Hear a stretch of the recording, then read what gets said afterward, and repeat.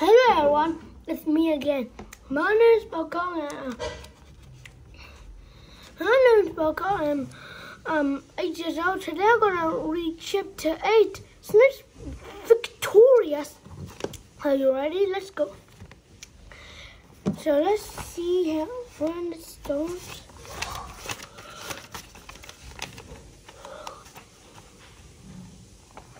Chapter 8. Yes.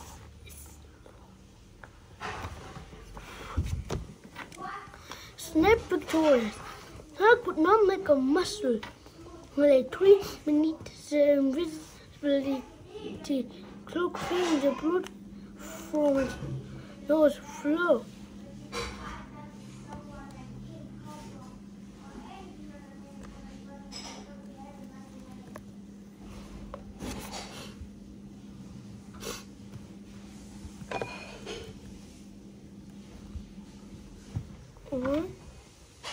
Cloak, feeling the blood from his nose flow, hot and wet over his face, listening to the voice and footsteps in the crowd beyond.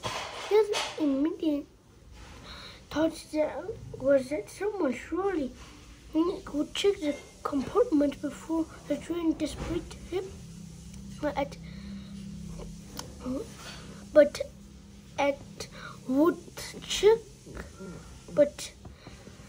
at once came the dispiriting realization that even if somebody looked into one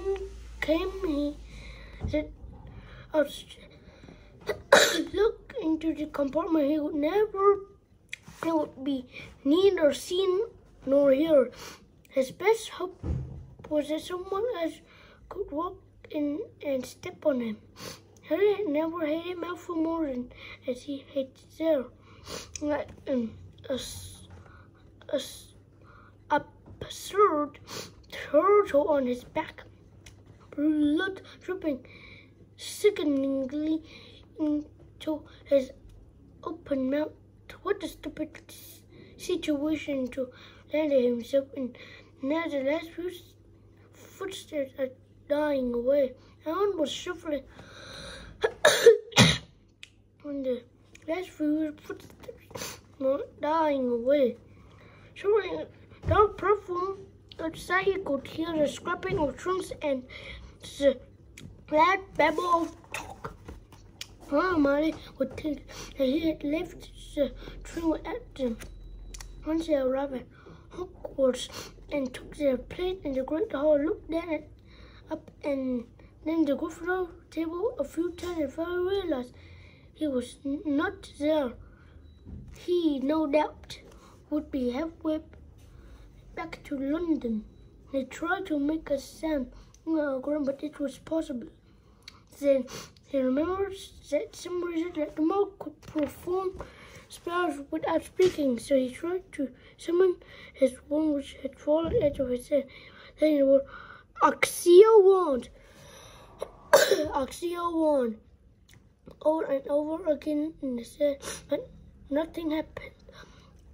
He thought he could hear the rustling of the tree that surrounded the lake, the far foot of an owl, but no head of source being made, or even he despised himself slightly for hoping. It panicked voice wondering where Harry Potter had gone. A feeling of hopelessness that spread through him as he imagined the convoy of drawn carriages trundling up the school in Manford's house of laughter, be recounting his fellow listeners. The train lurches, causing Harry to roll over on his side.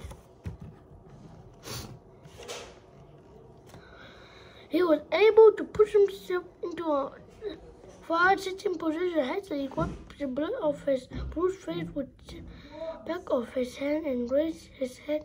Look at Tonks, who was holding the invisible cloak she had just pulled away. "We better get out of here quickly," she said as the train windows became absorbed with steam and the train began to move out of the station. "Come on, we will jump." Harry hurried after her into the corridor. Tonks pulled open the train door and leapt on the platform, who seemed to be sliding underneath them as the train gathered momentum.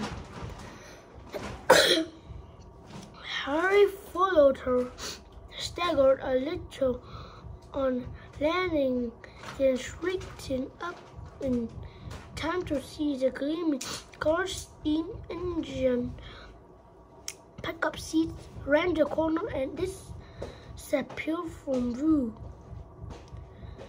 The cold night air was moving on his throbbing nose.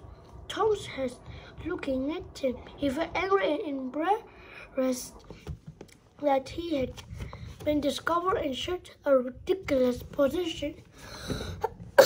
Really, him back to the mirror. "Who did it?" Draco Malfoy said Harry brutally. "Thanks for well, no problem," said Tonks, with that smiling from what Harry could.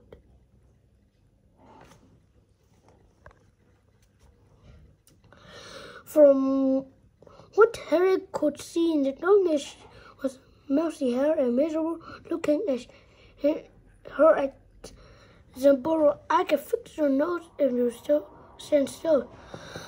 I did not think much of this idea. He had been intending to visit Madame Pomfrey, the matron, in whom he had a little more confidence when it came to healing spells, but it seemed rude to say this, so he stuck still and closed his hands. Ski.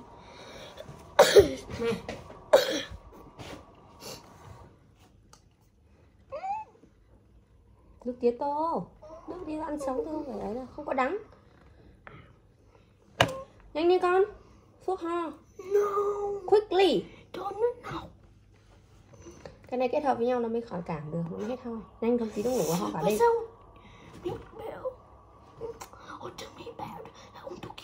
Mẹ không có pha thuốc ở đây, con yên tâm, chỉ có nước tía tô thôi. Tía tô nó còn sợ hơn. Nhanh lên. Nhanh lên, viên thuốc nó chảy rồi. Tí nữa mẹ còn phải ốc cái vi để nộp với nhà con nước câu bây giờ. No way. Cả nhà nhìn Jisoo này. Đấy giờ nước này có mùi vị gì đâu, giống nước lọc có gì đâu, đúng không?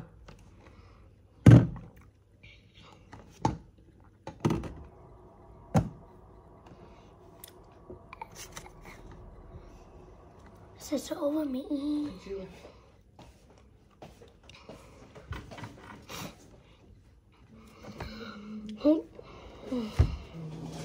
What are you doing anyway? Harry asked. "I'm stationed in Hogsmeade now. Give the school extra protection," said Tonks. "Is it just you who's stationed up here, or?" "No, Proudfoot, Save, and Dodge are here too. Dodge and the Ordinary attacked last year. Dolores, the Dumbledore attacked last year. That's right. They trucked up the desert and following the freshly made carriage trucks. Harry looked sideways at Tonks under his clothes. Last year she had been inquisitive to the point of being a little annoying at times. She had laughed easy. She had made jokes. Now she seemed older and more much more serious and purposeful. Was this or the effects of what had happened at the ministry? He reflected comfortably. Only a tamales would have gave.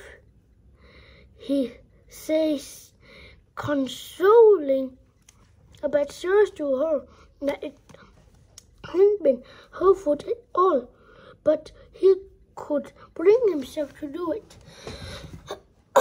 He was far from blaming her for Sarah's death, but it was no more fault that anyone had much less than his. But he did not like a better if he could avoid it, and so they tramped on to the cold night silence. Talks long look whispering on the ground behind them. Having always grown inspired by courage, Harry had never before tự nhiên lại dừng 1-2 từ nó lại dừng. Đúng dấu phẩy nó mới dừng chứ. Không mà đọc ẩu nó sẽ không nghe loa lại hết đấy nhỉ.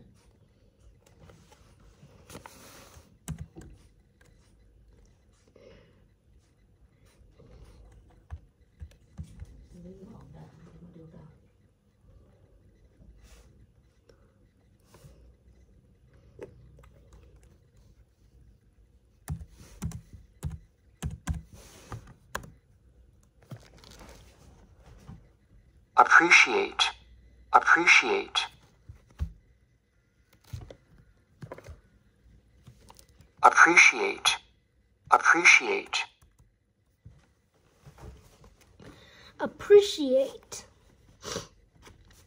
Said just how far Hogwarts was from Hogsmeade Station. With great relief, he finally saw the tall pillars on either side of the gates, but each topped with a winged boar. He was cold, he was hungry, and he was quite keen to leave this new gloomy trunks behind. But he put out a hand to push open the gates. He found them chained shut. Khó chịu vô cùng luôn á. Con đọc trôi chảy cho mẹ xem nào. Alobomora, he said confidently, pointing his wand at the padlock, but nothing happened. That won't work on these, said Tonks. Don't bewitch them himself. Harry looked around. I could climb a wall, he shrugged. No, you couldn't, said Tonks flatly. Anti-intruder jinx on all of them. So and tied 100-fold this summer.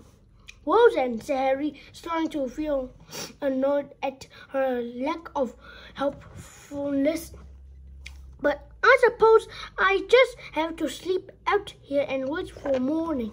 Someone's coming down for you, said Tonks. Look, a lantern was bobbing at the distant foot of the castle. Harry was so pleased to see it, he felt he could even endure flesh with the criticisms of the tardiness and rants about how his time coming would improve with the regular application of thumb screws.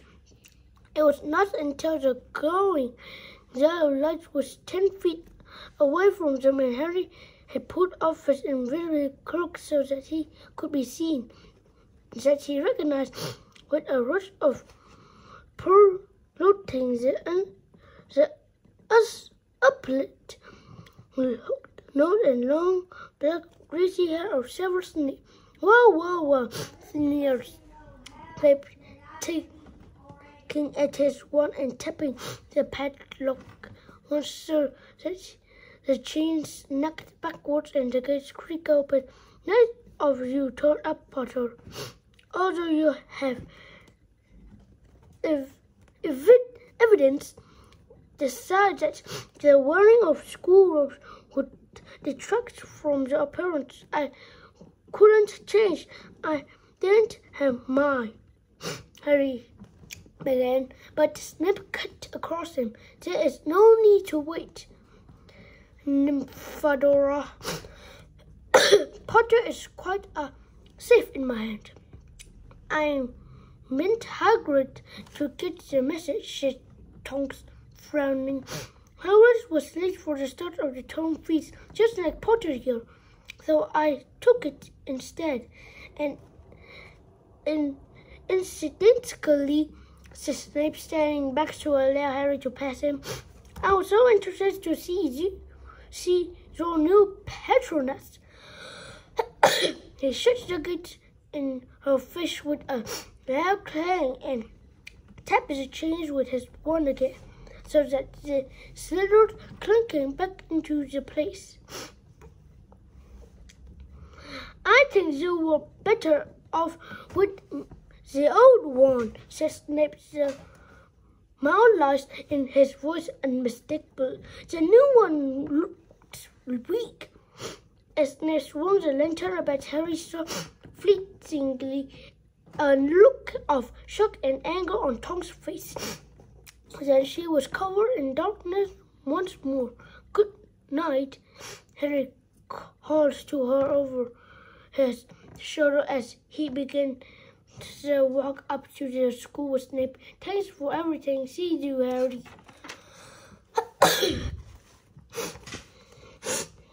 Snape did not speak for a minute or so. Harry felt as though his body was generating weight of hurt so powerful that it seemed incredible that Snape could not feel them burning him.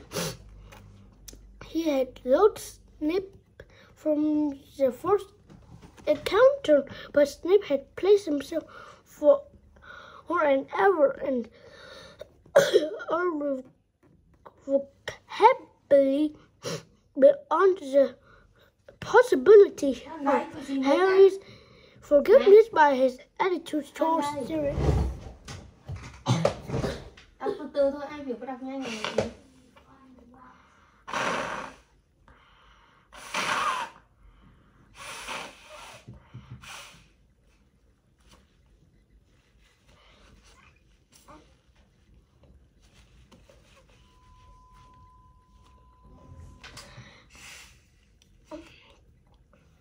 Alright, excuse me.